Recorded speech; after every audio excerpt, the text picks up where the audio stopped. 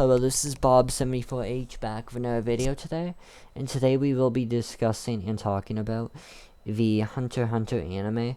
And first off, I want to go over some basic criticisms that I've had with the show over its watch time. I am not finished with the show as of yet.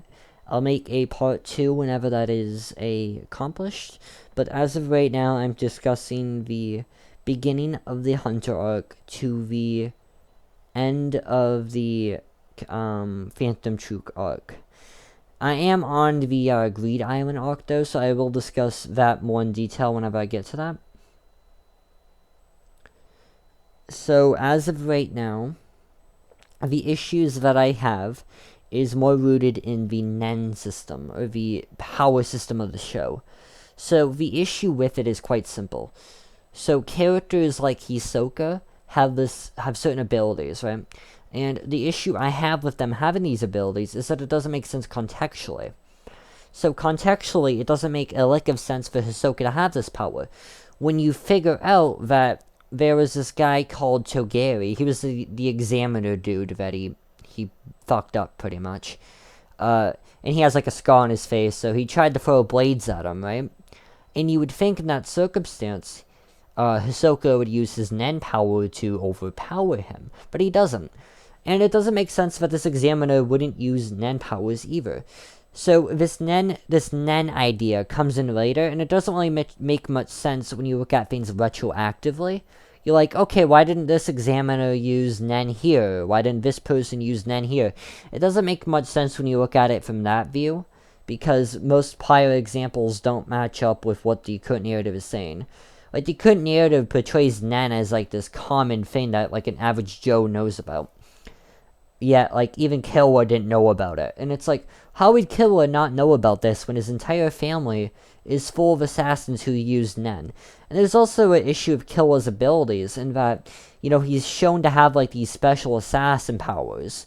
Like, he can modify his hand to look almost demon-like.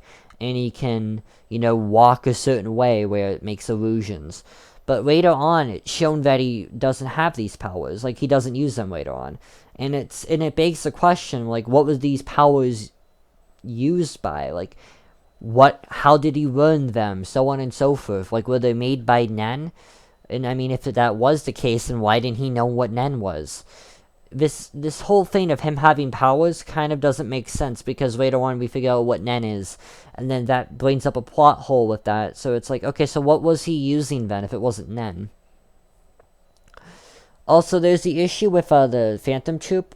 Like, they were willing to kidnap, like, Gon and Killua as to find the chain user, yet they just suddenly give up on killing him later on, like, for no reason. It just kind of it's just kind of like, okay, if we kill him, there's gonna be, like, resident chakra that exists. It's like, what? That doesn't make sense.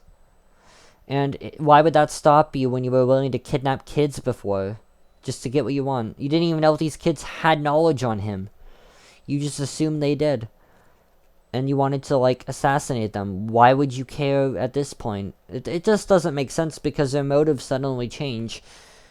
And they just kind of change outlooks at the, mid-rift of it. And then the story tries to portray them as, like, friends within each other, but it's constantly shown that they try to kill each other, to the point where they have to flip coins to decide things, because if they don't flip coins to decide things, then they kill each other.